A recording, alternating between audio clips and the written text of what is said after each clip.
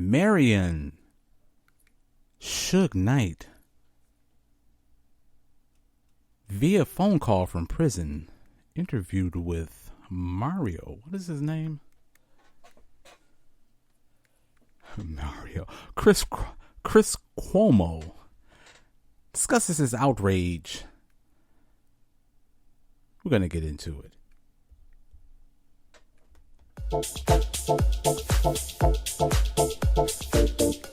Ooh, you are listening to the Billy Flint Experience.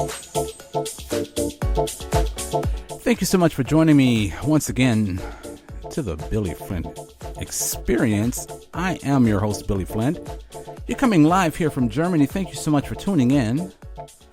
We have some interesting updates pertaining to the notorious diddler Sean Diddy Combs in his RICO case. As we said, Suge Knight, out of all people, he did an interview with Chris Cuomo. I don't know why I was thinking Mario. I don't know where the hell that came from, but Chris Cuomo, via prison, Suge Knight is serving a bid. What is it, a 30-year bid? 40, 50? I don't know, one of those.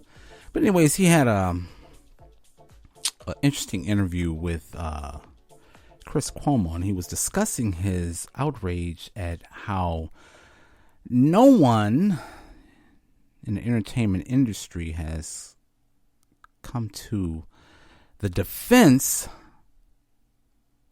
of Sean Diddy Combs. We have an excerpt of what was discussed. Okay, look at it like this. I look at real plain and simple. Ain't no whistleblower. Facts is there. But right now, I don't care if it's T.I., I don't care if it's Rick Ross, I don't care if it's Jay, I don't care if it's Snoop, I don't care if it's Game, I don't care if it's Dre. Nobody's stepping up on the fact that you know what's going on. Nobody's defending him. You're right. Guys at Interscope. You're right. Okay. Nobody is defending him, but that's why I was interested in hearing your perspective. Okay, but you had a guy named Tubby, used to work for Interscope. This guy's job was to bring underage girls and girls to have sex with employees and other artists, to the point where his friend got caught up with the same thing. How they raided Puffy House for sex trafficking, they raided his friend house for sex trafficking. He never was an artist. Do you think that Diddy? He can do so. Do you think Diddy knows enough that it's a very delicate balance, that maybe investigators will want to know these other names and greatly reduce his exposure to criminality, to time, versus what people would do to keep him quiet? Number one, I've been knowing him a long time, and we was friends. We're not enemies, but we were friends. He's not a dummy, so he's smart enough to work his magic. On top of that, this man right here, he been involved with the FBI for most of his career. He got powerful people. One of his partners who started his company with drug money, President Obama, got him out of prison. So it's not like he don't have no moves. So I don't think nobody should just count him out. I don't think he gonna lay down and just crawl in the corner and die. He probably going through a lot of shit right now because he probably going through a lot of withdrawals for the drugs. But the industry got him on drugs. My artist, one of the worst mistakes I could have made was protecting my artist is doing a deal at Interscope. When my artist used to pull up in Valet, the Murdoch building, they'd get out, they'd smell like weed. When they clothes would smell like weed. When they made it to any office, it would smell like weed. Those guys, for my artists, they introduced cocaine to my artists. So once they got on cocaine, once they got on drugs, once they got on alcohol, and that's when the weird stuff happened.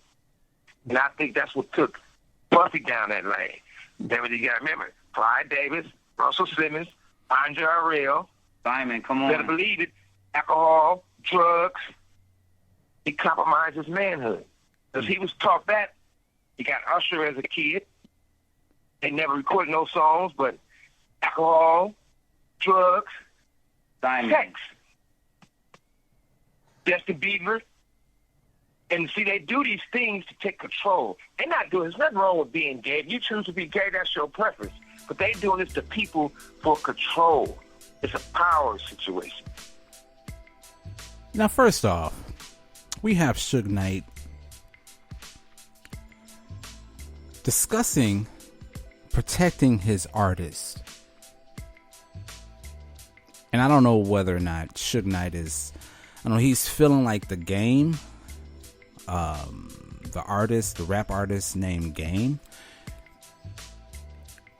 And I'm guessing that he's feeling kind of irrelevant at this moment because there's so much going on. There's so much talk around Diddy and this RICO case that he's involved in. And maybe that Suge Knight is feeling, I don't know, he's feeling kind of left out. And he needs to voice his opinion. He needs to become relevant, even in prison.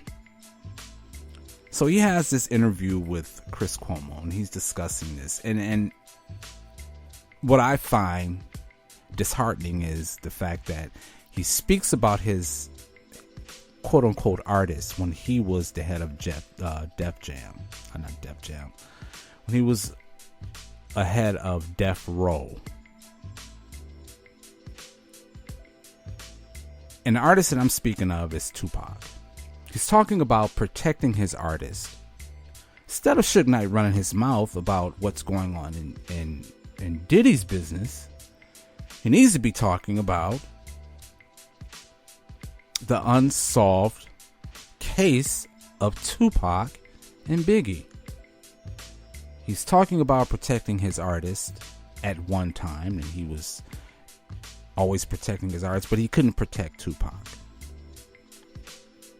That's number one. But he goes on and on about a gentleman by the name. Of course, I had to do my research on this because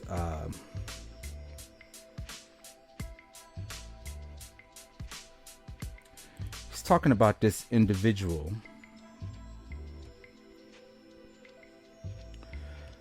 Goes by the name of Tubby. Of course, that is Sean Tubby Holiday. He was working for Interscope, and he's bringing this gentleman's name in, and by his omission,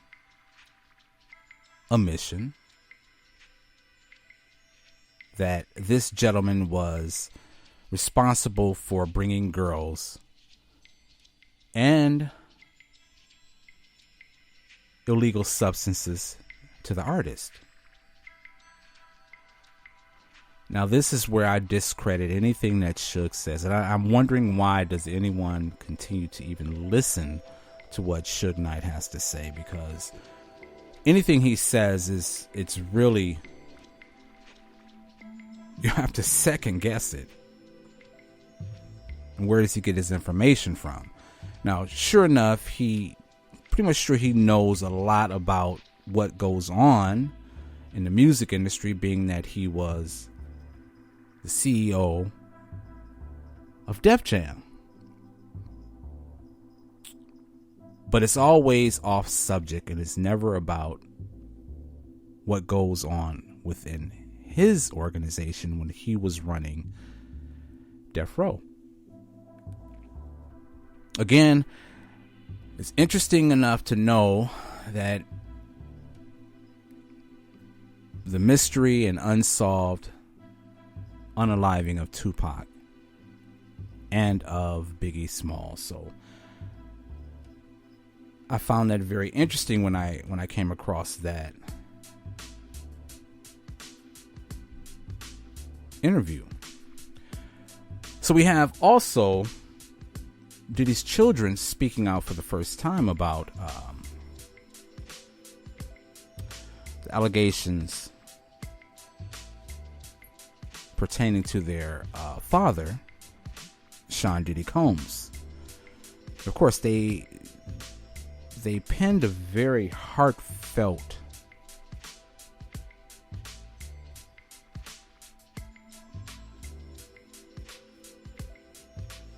I don't know whether it was one of them or maybe each of them penned a heartfelt note onto their Instagram page. And I guess this is all in lieu of this new book that has dropped over, and it's picking up a lot of heat over social media platforms. The book about Kim Porter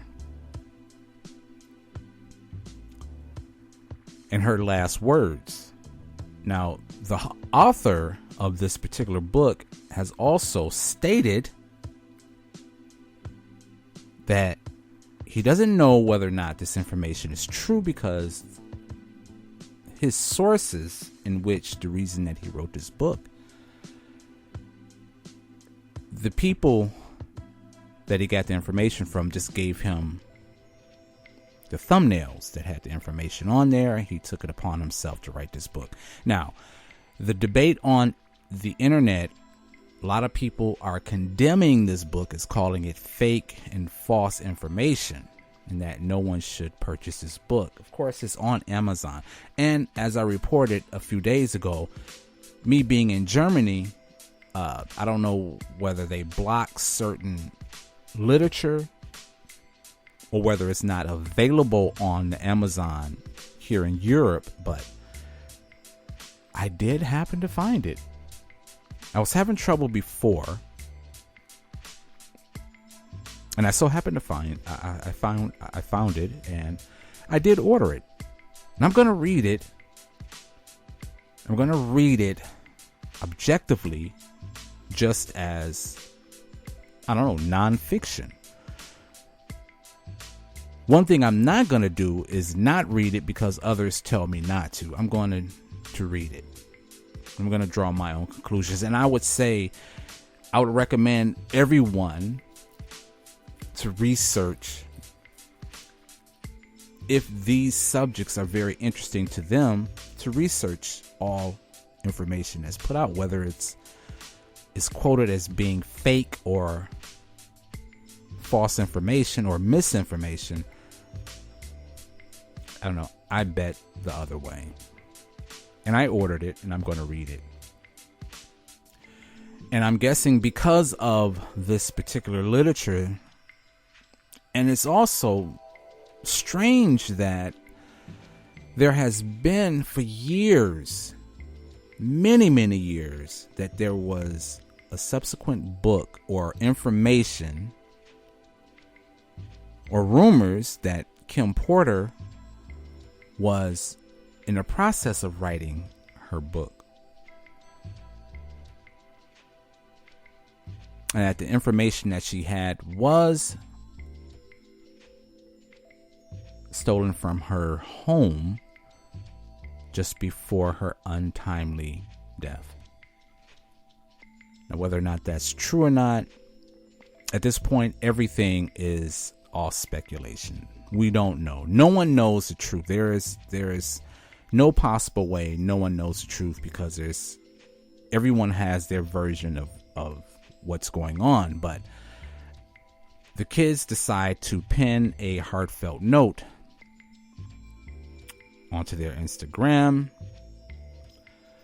and it reads, "We have seen so many hurtful and false rumors circulating about our parents, Kim Porter and Sean Combs' relationship, as well about our mom's tragic passing, that we feel the need to speak out. Claims that our mom wrote a book are simply untrue. She did not. And anyone claiming to have a manuscript is misrepresenting themselves. Additionally, please understand that any so-called friend speaking on behalf of our mom or her family is not a friend, nor do they have her best interest at heart. Our lives were shattered when we lost our mother. She was our world, and nothing has been the same since she passed. While it has been incredibly difficult to reconcile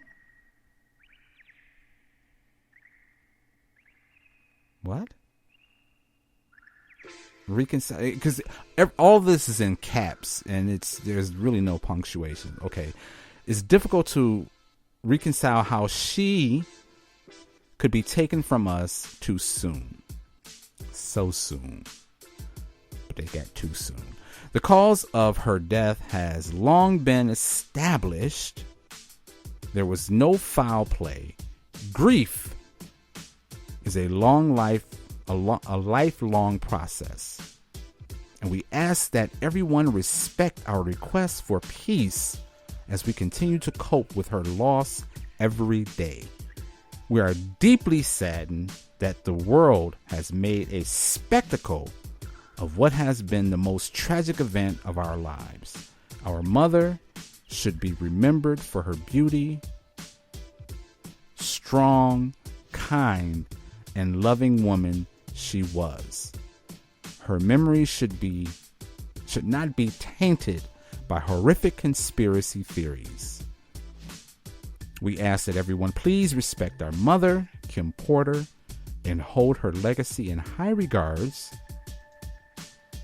so that she may rest in peace. It's what she deserves. We love you. We miss you, Mommy. Quincy, Christian, Jesse, and Delilah.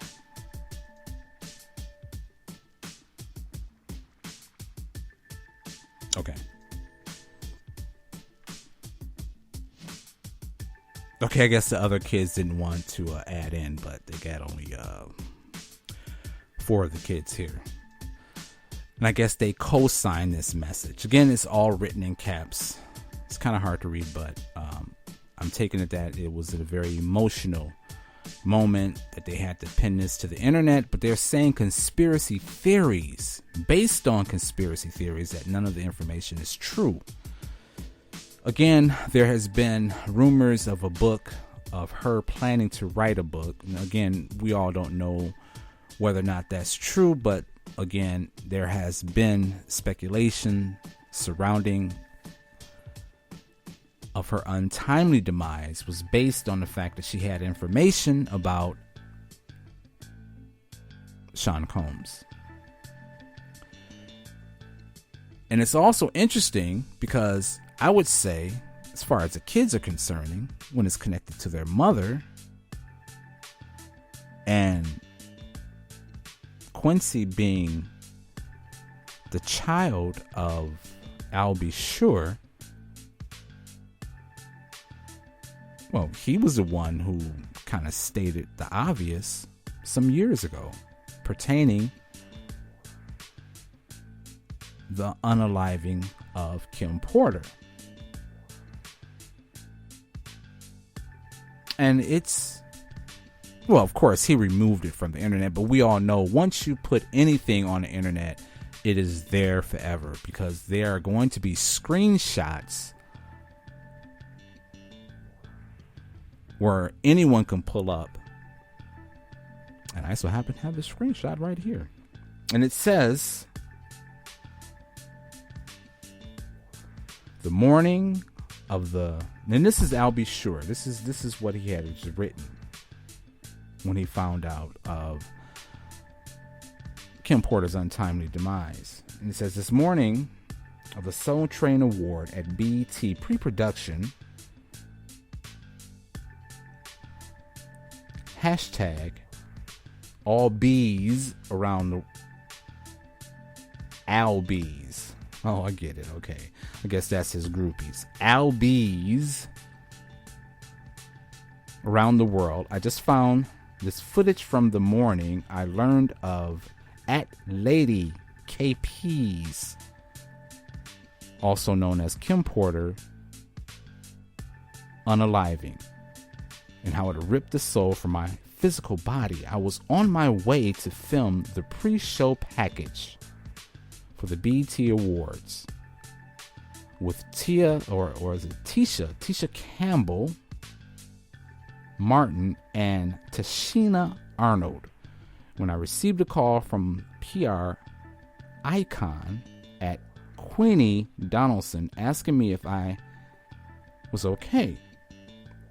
And did I hear the news? I had no clue.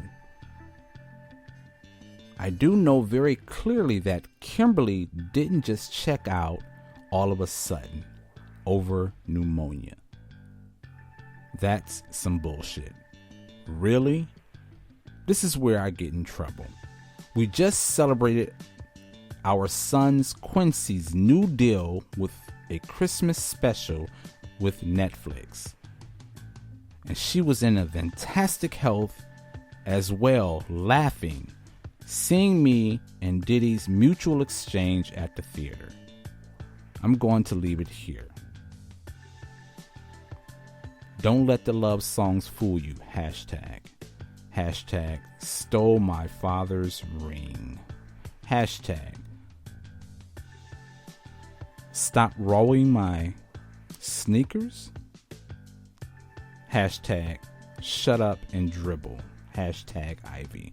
Okay, those are really scripted hashtags. I don't know what they really mean. But we have a situation where Al B. Sure has stated that he didn't believe the autopsy. Our autopsy. I don't know what the hell is wrong with me tonight. I can't speak. Autopsy report on the unaliving of the late Kim Porter. And he has,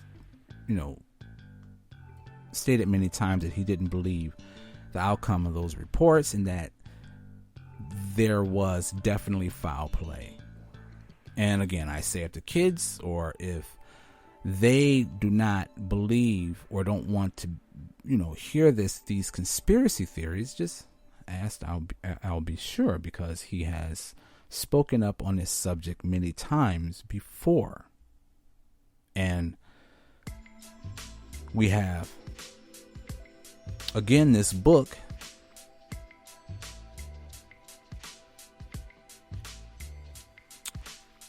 that has been recently released on Amazon. And again, I ordered it and I will read it. I'm going to read it with an open mind. Of course, again, as I say, and I have to keep repeating this, all of this is alleged. Of course, it's information, and that no one really knows the truth, or no one really knows any of this stuff is fact. Even if it was a situation where these could have been Kim Porter's actual words, we still wouldn't know. So everything is speculation at this point, at best.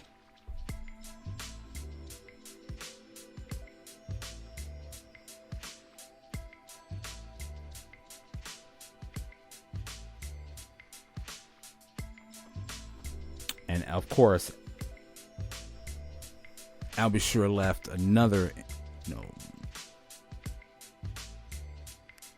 message.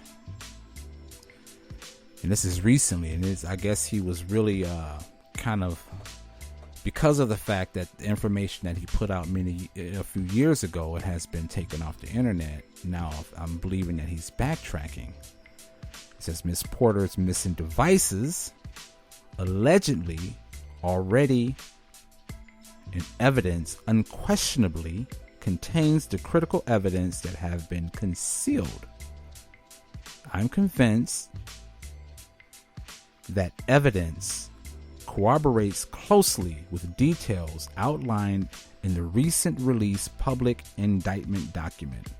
Additionally, it is pertinent to note that the individuals involved in this matter may also be connected to also concealing the alleged unaliving of several prominent artists, a situation that has left many bewildered. Yet those who are immersed in the culture and familiar with the intricacies of the entertainment industry may have a clearer understanding of the obvious.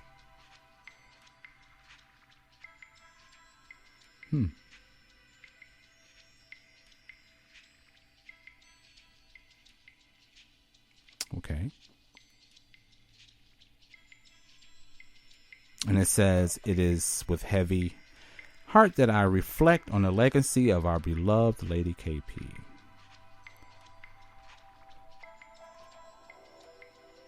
It is truly disheartening to think that those she considered close friends and who were financially compensated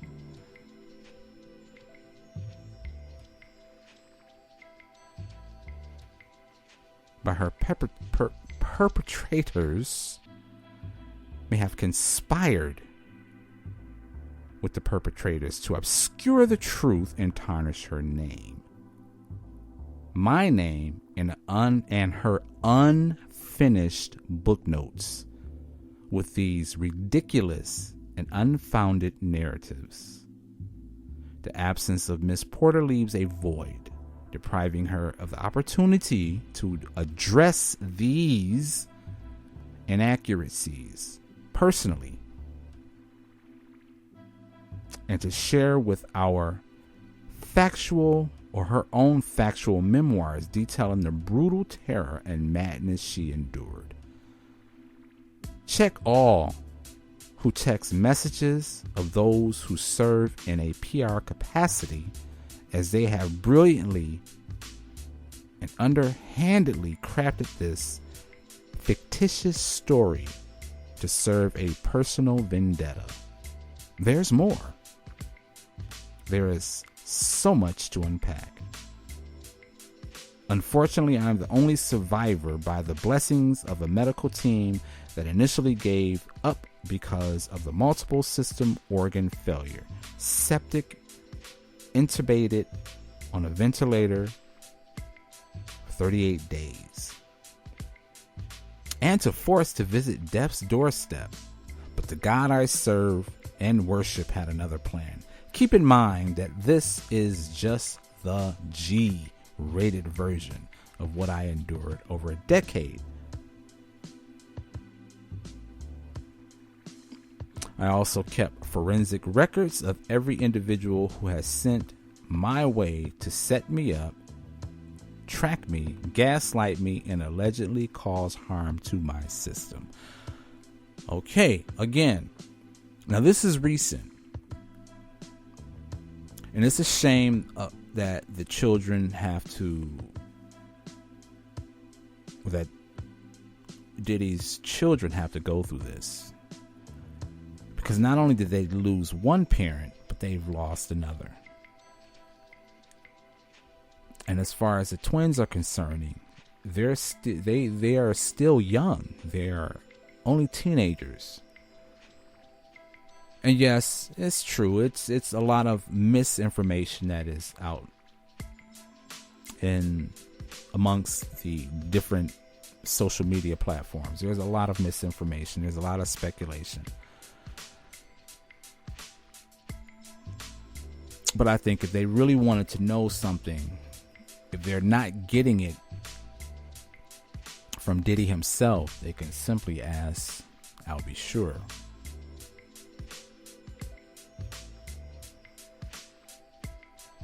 They have it, all the information right there.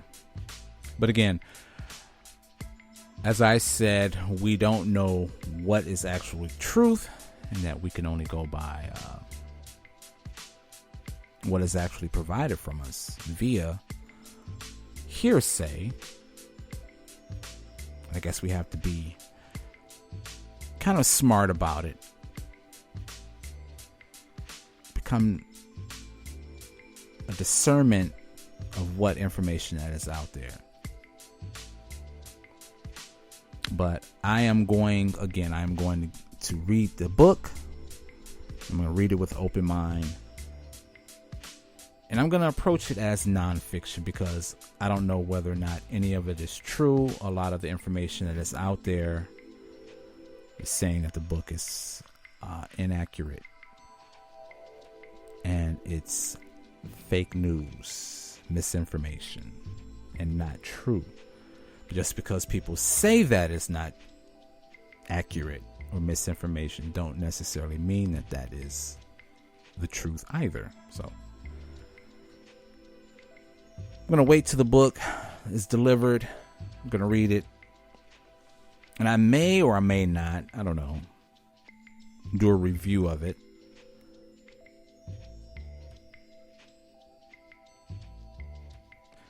But we shall see. Again, Al B. Sure knows the truth. I'm pretty much sure he does. And I don't think he wants to be in the middle of all of this. Because of the fact that, as from the way he puts it, his life was almost taken away from him. And I'm pretty much sure he's looking at it as someone was involved with that. But he doesn't want to say. I don't know, we shall see. Yeah, once again, thank you so much for joining me tonight. The Billy Flynn Experience. I am your host, Billy Flynn, and you're coming here live from Germany. Look forward to being with you again. Have a wonderful, wonderful evening or morning and rest of the week. Talk to you again soon.